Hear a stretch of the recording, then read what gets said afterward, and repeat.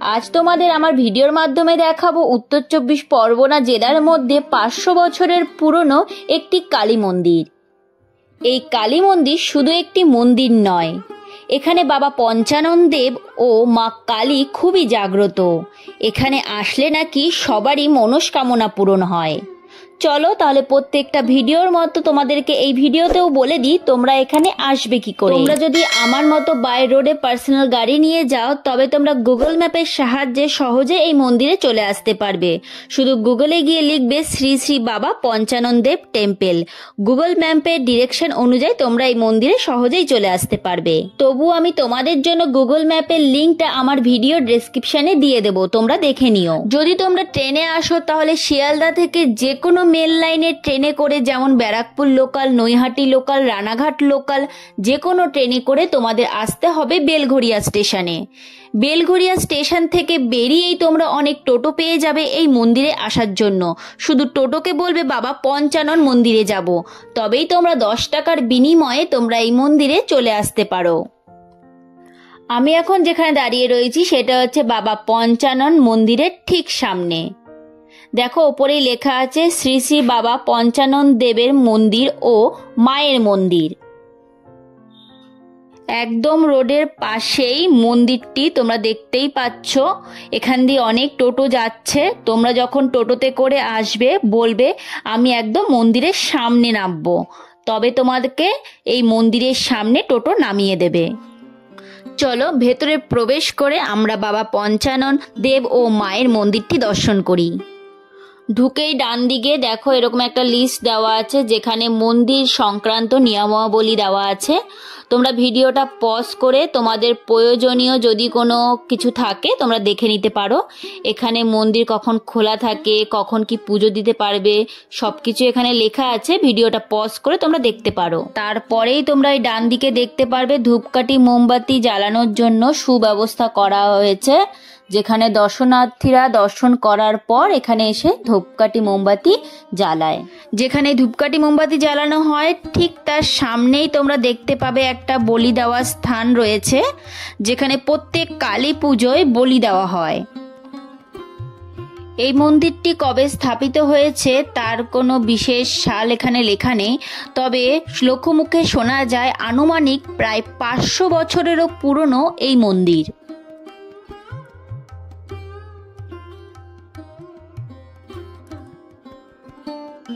তোমাদেরকে ভিডিওর মাধ্যমে আগে আমি দেখিয়ে দিই মন্দিরের বাইরেটা খানিকটা দেখতে এরকম।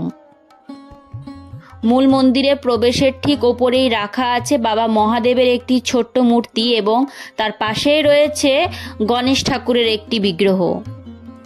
আর তোমরা যারা দূরের থেকে আসবে তাদের জন্য বলছি এখানে ওয়াশরুমের ব্যবস্থা রয়েছে, তো তোমরা যদি আসো কোনো অসুবিধা নেই, এখানে বাথরুমের ব্যবস্থা রয়েছে। এই মন্দিরটি সপ্তাহে প্রতিদিনই খোলা থাকে সকাল ৬:৩০ থেকে সন্ধ্যে ৭টা পর্যন্ত।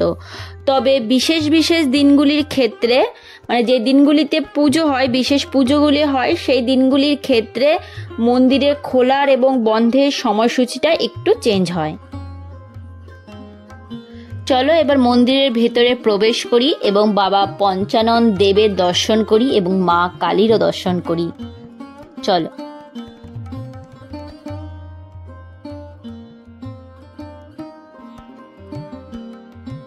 তোমরা দেখতে পাচ্ছ মন্দিরে একেবারে প্রবেশ করেই সামনে আছে একটি বড় অশ্বত্থ গাছ, যার নিচে অবস্থান করছে বাবা পঞ্চানন দেব এবং মন্দিরের দেয়ালের উপরে বাবা মহাদেবের কিছু ছবি আছে। আর দেখো মন্দিরের এই ভেতরে দেখতে খানিকটা এরকম।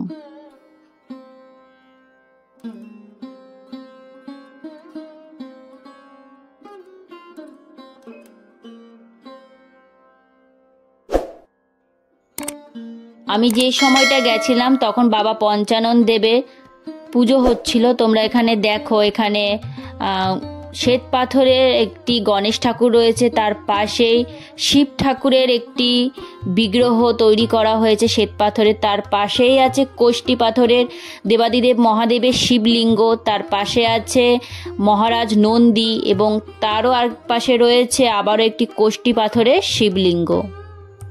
তোমাদেরকে আমি ভিডিওতে মন্দির খোলা এবং বন্ধের সময়টা যেই সময়টা মেনশন করে দিয়েছি, তোমরা যদি সেই সময়ের মধ্যে আসো, এখানে সব সময় ঠাকুরমশাই থাকেন পুজো দেওয়ার জন্য। তোমরা আসলে বাবা পঞ্চানন দেবের এবং মা কালীর পুজো দিতে পারবে। আমি মন্দির যে সময় খোলা থাকে আমি সেই সময়টাতেই এসছি, আর তোমরা দেখতে পাচ্ছ অনেক দর্শনার্থীরা কিন্তু তাদের পুজো দিচ্ছেন এবং ঠাকুর মশাই কিন্তু রয়েছেন পুজো দেওয়ার জন্য। তো এখানে তোমরা যখন মন্দির খোলা থাকে সেই সময় আসলে ঠাকুর মশাই সব সময় পাবে। এখানে বাবা পঞ্চানন দেবে তোমরা পুজো দিতে পারবে। এখানে বাবা পঞ্চানন দেব মহাদেব রূপে রয়েছেন। তো যেই বাবা মহাদেব সেই বাবা পঞ্চানন দেব। তো শুধু এই মন্দিরে উনি বাবা পঞ্চানন দেব রূপে রয়েছেন। খুবই জাগ্রত এই মন্দির, তোমরা এসো, সত্যি খুব ভালো লাগবে। এই মন্দিরে বিশেষ বিশেষ দিনগুলিতে যেই পুজোগুলো হয় সেই দিনগুলিতে প্রচুর দর্শনার্থীরা এসে এখানে পুজো দেন।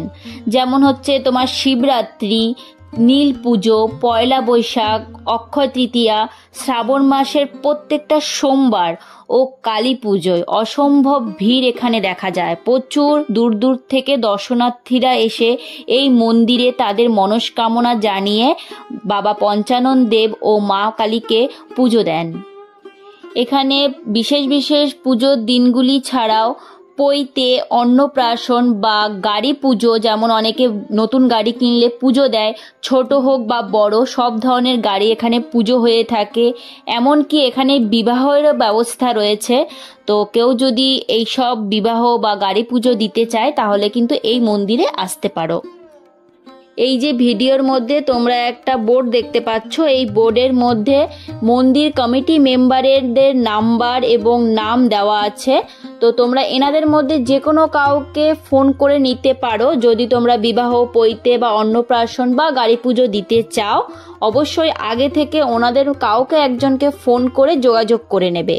এই মন্দিরে কিন্তু কোনো ভোগ প্রসাদের ব্যবস্থা নেই, কিন্তু হ্যাঁ, তোমরা যদি নিজে থেকে ঠাকুরকে ভোগ নিবেদন করতে চাও তবে মন্দির কর্তৃপক্ষদের সাথে যোগাযোগ করে, আগের থেকে যোগাযোগ করে তাদের সাথে কথা বলে ঠাকুরকে ভোগ নিবেদন করতে পারো।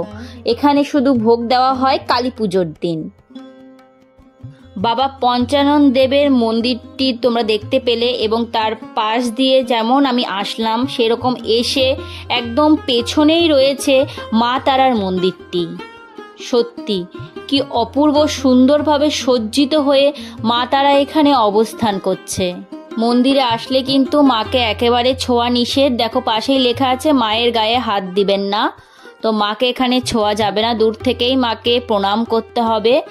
আর তোমরা যদি মাকে পুজো দেওয়ার জন্য কোনো মালা নিয়ে আসো সেটাও কিন্তু মাকে পরানো হয় না, শুধু মায়ের মন্দিরে ছুঁয়ে আবার দিয়ে দেওয়া হয়। আর তোমরা যদি চাও যে মাকে কোনো শাড়ি অর্পণ করতে, সেক্ষেত্রে কিন্তু তোমরা শাড়িটা সাথে করে নিয়ে এসো না।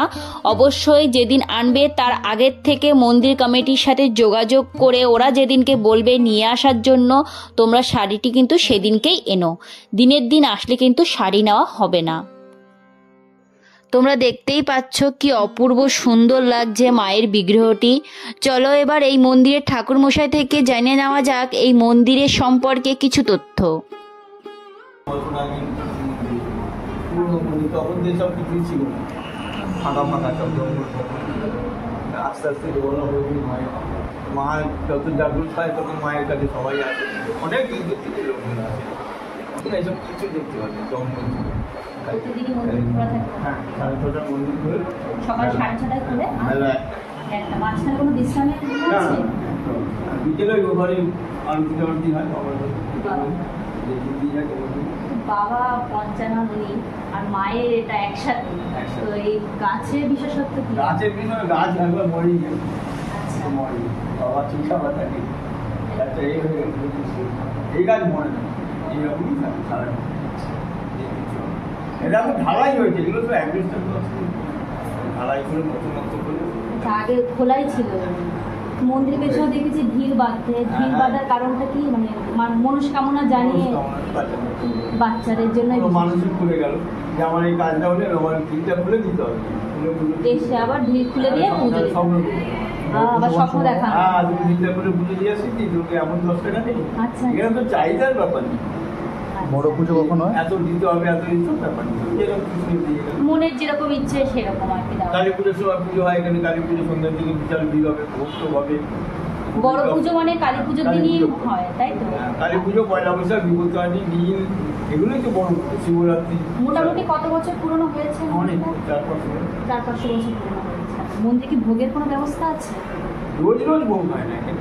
কালী পুজোর সময় কালী পুজোর সময় বড় পুজো করে সবার জন্যই ভোগের আয়োজন। তোমরা হয়তো 1 কিলো চাল 1 কিলো ডাল দিয়ে গেলে আমার ভোগের বলতে আমারটা মানছি না, আমার যতটুকুনি যা সামর্থ্য আমি সব অনুযায়ী দিতে আমার পারি। মানছি ছিল মাকে আমি ভোগ দিই। সেই ভোগটা কালী পুজোর দিন একটু দিয়ে গেলে ভোগের সত্যি।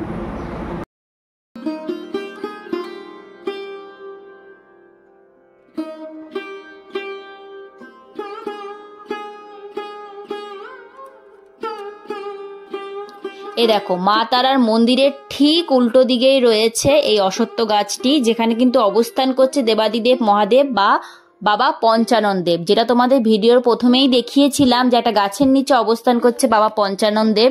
এটা হচ্ছে সেই গাছ, এবং সেই গাছের পাশে দিয়ে একটা ছোট্ট গলি দিয়ে এগিয়ে আসলেই তোমরা দেখতে পাবে পেছনেই রয়েছে মা তারার মন্দির, এবং তার পাশে দেখা যাবে যে এই গাছটি। আর এই গাছের পেছনে দেখো কত ভক্তরা তাদের মনস্কামনা জানিয়ে ঢিল বেঁধে গেছেন। তো তোমরাও আসতে পারো, নিজেদের মনস্কামনা জানাতে পারো। এখানে সবার মনস্কামনা কিন্তু পূরণ হয়। তো অবশ্যই মনস্কামনা পূরণ হয়ে গেলে, যেমনটি ঠাকুরমশাই বললেন, মনস্কামনা পূরণ হয়ে গেলে কিন্তু অবশ্যই এসে পুজো দিয়ে যেও। এখানে তোমরা পুজো দিতে আসলে আমি বলবো যে অবশ্যই তোমরা বাড়ি থেকে যখন এই মন্দিরে আসবে পুজোর সামগ্রী কিনে নিয়ে এসো, যা কিছু লাগবে। এখানে আশেপাশে কিন্তু তেমন একটা দোকান নেই, খুবই কম দোকান রয়েছে। তো তোমরা যদি বাড়ি থেকে পুজোর সামগ্রী নিয়ে এসে এখানে পুজো দাও তাহলে খুব ভালো হয়। এখানে ডালার মতো তোমরা কিছু পাবে না। তো ফুল একজন বিক্রি করছে, তোমাদের ধূপকাঠি মোমবাতি হয়তো আরেক জায়গা থেকে কিনতে হবে, মিষ্টি আরেক জায়গা থেকে কিনতে হবে। তো এখানে একজন ফুল বিক্রি করছে, চলো শুনে নি তার মুখে কত করে ফুল বিক্রি করছে এখানে। সব রকমের মালা আছে, বুঝলে?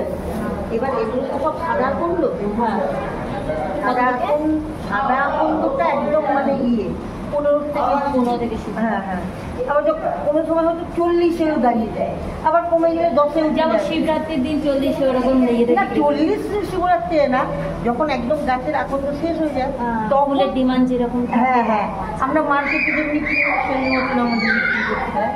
ঠিক আছে। ফুল মিষ্টি কি বাইরে থেকে বিক্রি করতে হয়? হ্যাঁ হ্যাঁ, বাইরের থেকে নিয়ে আসতে হয়। মিষ্টিটা, ধূপকাঠি, মোমবাতি সব বাইরে। তো তোমরা শুনলে, সব এক জায়গায় ডালা হিসাবে পাবে না। মন্দিরের বাইরে একটাই দোকান রয়েছে, এই দোকানে তোমরা ধূপকাঠি মোমবাতি পেয়ে যাবে। তবে মিষ্টির জন্য তোমাকে আরেকটা দোকানে যেতে হবে, আর ফুল ওনার থেকে তুমি নিতে পারো। তো যদি তোমরা বাড়ি থেকেই পুজোর সামগ্রী কিনে নিয়ে এসে ডিরেক্টলি এই মন্দিরে এসে পুজো দাও তাহলে তোমাদের জন্য খুবই ভালো হবে। আমার ভিডিওর মাধ্যমে তোমাদেরকে বাবা পঞ্চানন দেবের ও মায়ের মন্দিরটি পুরোটাই ঘুরিয়ে দেখালাম। তোমাদের কেমন লেগেছে আমাকে কিন্তু কমেন্টে অবশ্যই জানিও।